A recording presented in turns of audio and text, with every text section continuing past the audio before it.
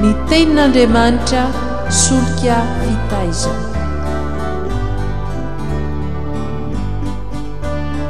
Fandaharana atolotry ny radio teny fiainana miaraka amin'ny fikambanana hira sy filazantsara.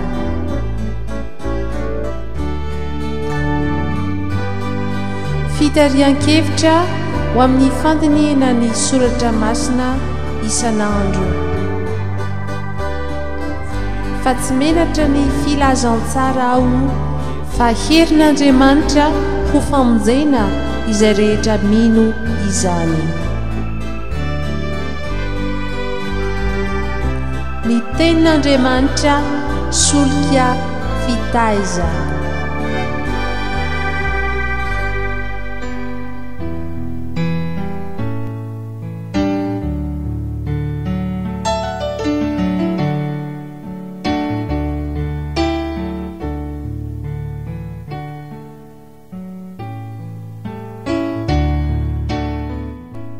Misaotra an'Andriamanitra isika riavana mbola mampiaona antsika amin'ny alalan'ity fandaharana ny tenin'Andriamanitra solika fitaiza ity, ary dia mirary indrindra ny fahasoavan'ny Tompo ampitomboana ho amintsika mandraka riva. Ny fanjakana ankasitrahan'Andriamanitra, izany no lohateny lehibe izay mandravona ny dinika ataontsika mandritra ity herinandro ity.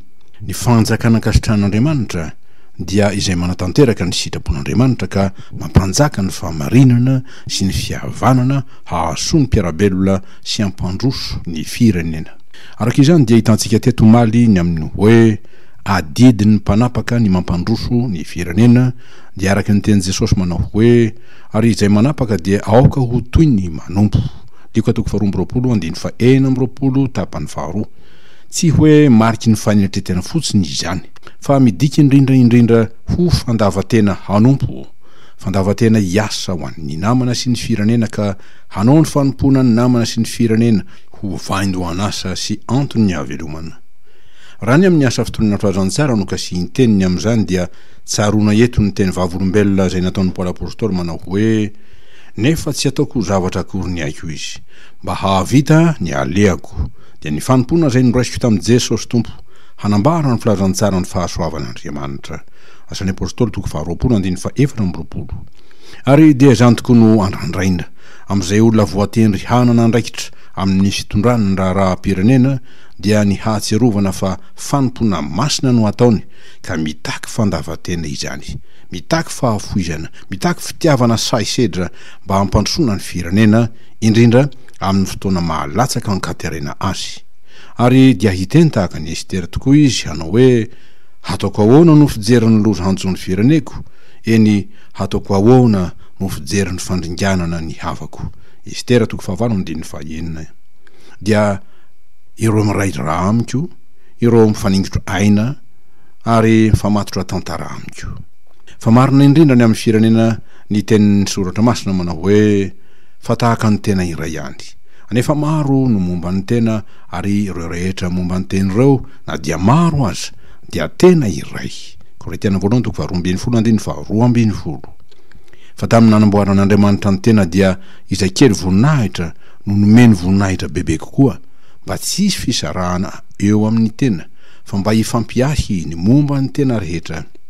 Ary raha mijaly ny anankiray amin'ny momba ny tena dia miara-mijaly avokoa izay rehetra momba ny tena. Fa raha omem-boninahitra kosa ny anankiray amin'ny momba ny tena dia miara-mifaly avokoa izay rehetra momba ny tena. Korintiana 2:20. Tsy izany tokoa va no atao hoe fiainam-pirenena.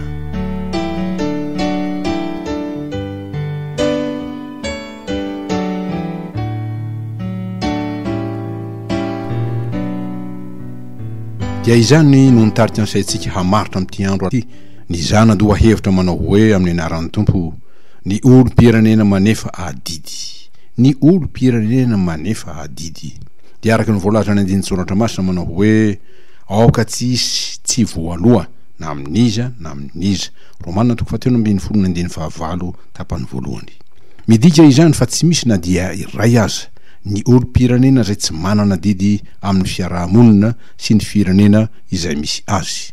ary dia voakasika manokana amin'izany zay rehetra nahazo tompo-pahasoavana noho ny famindrampon'Andriamanitra fa izay omena be dia be no hadina aminy ho Jesosy fa efa nahazo mamaim-poana ianareo koa manomeza mamaim-poana. Matitoko 10:8 tapany 2 fa voasoratra hoe aza mamihina ny soa am'izay tokony omena azy raha azo ny tananao atao ihany. Oabolana toko 7:7 koa izay mahalala hanao soa nefa tsy manao dia heloko ho azy zany. Oabolana toko 4:7 eny mitandrina isika tsy amihitanana fa izay fatra-pamihitanana no fatra-pamotsitra.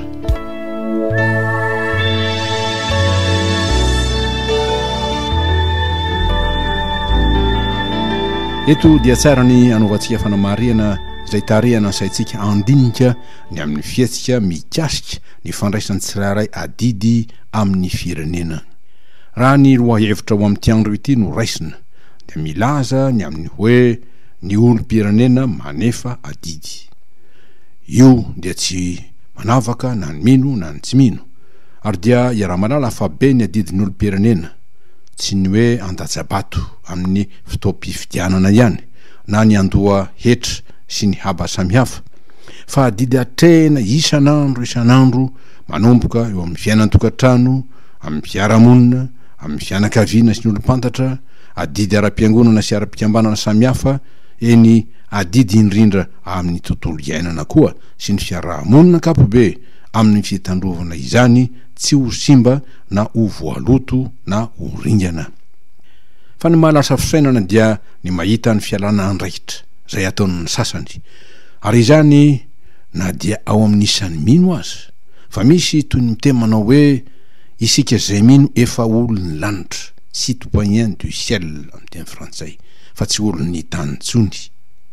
Koa raha amin'ny lafiny ara-panahy dia azo dinihana ny famarinana zany teny zany satria isika dia marina fa tsy mivelona amin'ny fomba n'izao tontolo zao tokoa, dia izao tontolo zao feno aizina fitaka tsy fahamarinana ary isika tsy mitoky raha teo amin'ny asany maizina natao hoe hanompon'ny devoly sanatria.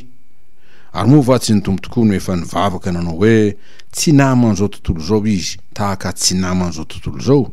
Jaona toko 7:12 kanefa amin'ny mahavavolombelon'ny finoanan'ny mpino kosa dia tena manana adidy izy ary adidy masina hanompo ny namany sy hampandroso ny fireneny. Mazava ary tsy misy olakolaka ny tombavaka zay nataon'i Jesosy tamin'ny rainy manao hoe zaho tsy mangataka aminao mba hampiala azy amin'izao tontolo zao fa ny mba hiaro azy amin'ny ratsy na amin'ilay ratsy.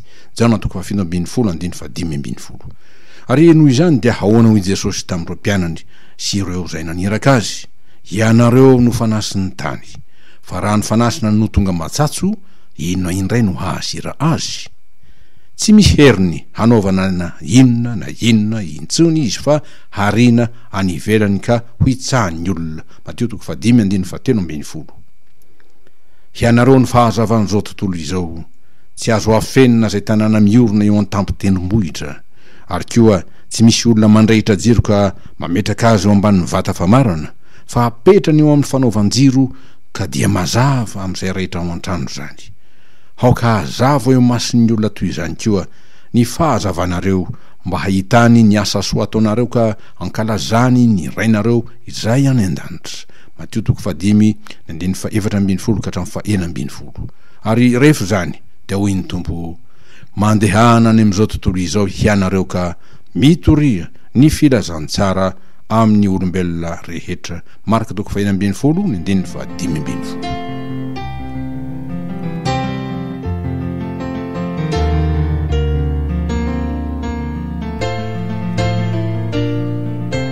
Dia aza dino araka izany fa na dia teny iray ihany aza riavako tonoho ny vavanao avy amin'ny filazantsara an' Jesosy Kristy ka zarainao amintsika mpitiavana amin'ny namanao, dia hoarina amin'ny mamy indrindra zany zay mampiposaka masoandro naina velona ka mametoky ny fotorotoro sy torovan'ny adi-piainana efa tsy hanerany. Fa isika angerany marina dia tsy misy ataon'Andriamanitra hahavita tena na koa ho veloka ho an'ny tenantsika samirery, fa nataony ho velona ho an'ny hafa koa dia velona ho an'ny firenena izany. araka izany ny olon'andriamanitra dia tsy natao hiambo adidy na hialandraikitra amin'ny fiarahamonina fa manaiky hanefa ny anjara birikiny hahasoa sy ampandroso ny fireneny zay lova no men'andriamanitra azy ka hiteny tahaka ny apôstôly Paoly hanao izy hanana ny Grika sy ny firenena hafa rehetra ny endry sy ny tsy endry trosa aho. Romanina toko voalohany andininy fa 4:10. Inona ary no mbola mampilentika ny firenena?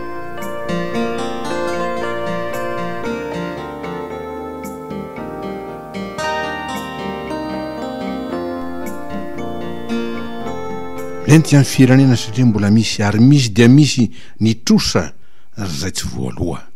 Tsy mahalohan'ny trosa ny firenena amin'Andriamanitra isika ry havana dia ny trosa ny fibebahany, ny trosa ny fialana amin'ny ratsy fanaony, ny trosa ny fitiavana ny namana sy ny tanindrazana zay mbola mitatao amintsika rehetra, ny trosa ny fanoloran-tenantsika izara zay tsara sy mahasoa ho an'ny mpiarabelona eto amin'ny firenena fa tsy ny anina fotsiny amin'ny fahafenona na koa ny amin'ny fivavahana mba hamonjena ny fanahitsika irery.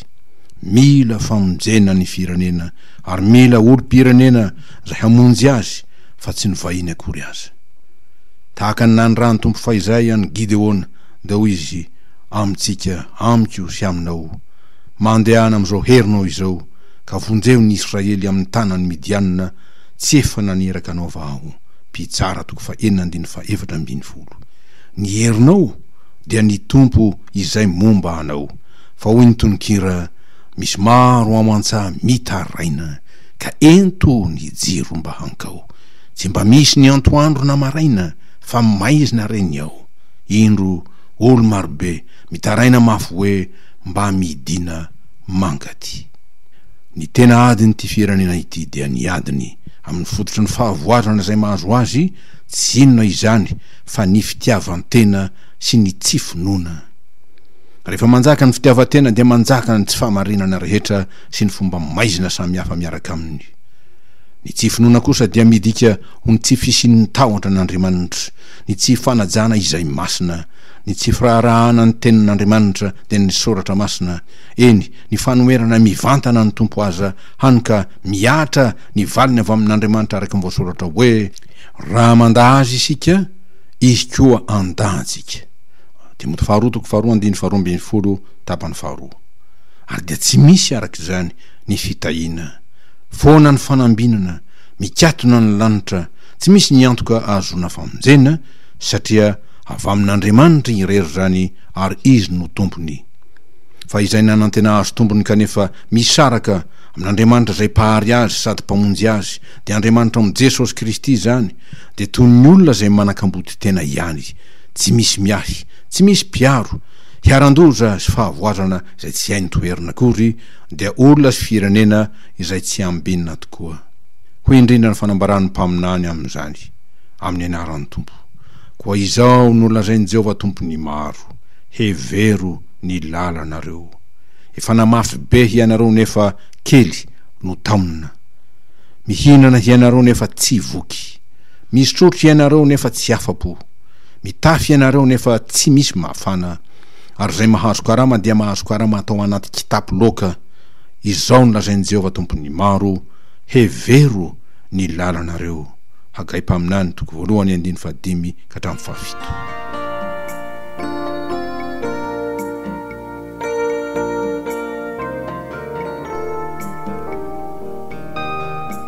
Mandefa izitsika izao dinika zay hafatra lehibe apetraky ny tompo amintsika mikasika ny aditsika eto amin'ny firenena. Iza toko moriavana no tsy misy sento manontany hoe raha ovina no hiposaka ny fahazavan'ny famonjen'Andriamanitra eto amin'ity firenena ity. Ary misy ve ny adidin'ny olo-pirenena tsirairay mba hahatanteraka izany? Tsotra ny valiny. Zay intsika mambagavaka tokoa dia ny tenin'Andriamanitra amintsika araka nanomezana izany anezakela mpaminany manao hoe dia hoy ny tompo tamiko. Ry zanak'olona, ireto taolana ireto dia ny taranak'Israely rehetra, indreo izy manao hoe maina ny taolanay, levona ny fanantenanay, vongotra izahay.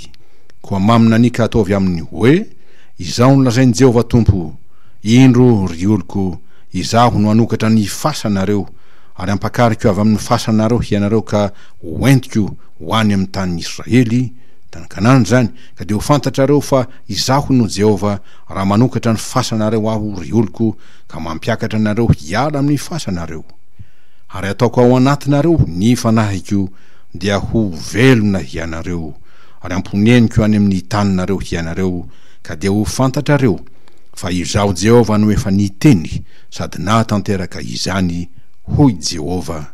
Ezekela toko fa 7:30 ka hatramin'ny 4:40 ho tanterahan'Andriamanitra amintsika tokoa ne izany ary de ho azy irery ny voninahitra ny dera ny laza hatramin'ny taloha ankehitriny mandraka izay ao amin'ny anaran'i Jesosy Kristy Tompo sady mpamonjy antsika.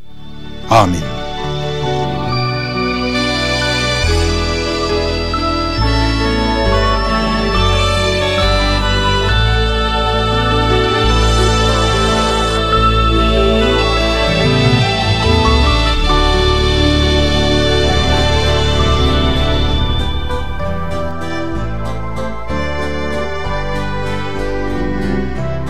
Ny tenin'Andriamanitra solika fitaizana.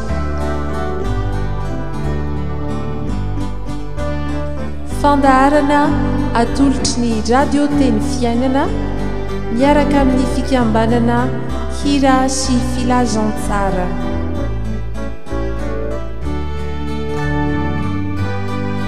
Fitarian-kevitra ho amin'ny fandiniana ny soratra masina isan'andro. Fa tsy menatra ny filazantsara ao fa herin'Andriamanitra ho famonjena izay rehetra mino izany. Ny tenin'Andriamanitra solika fitaiza.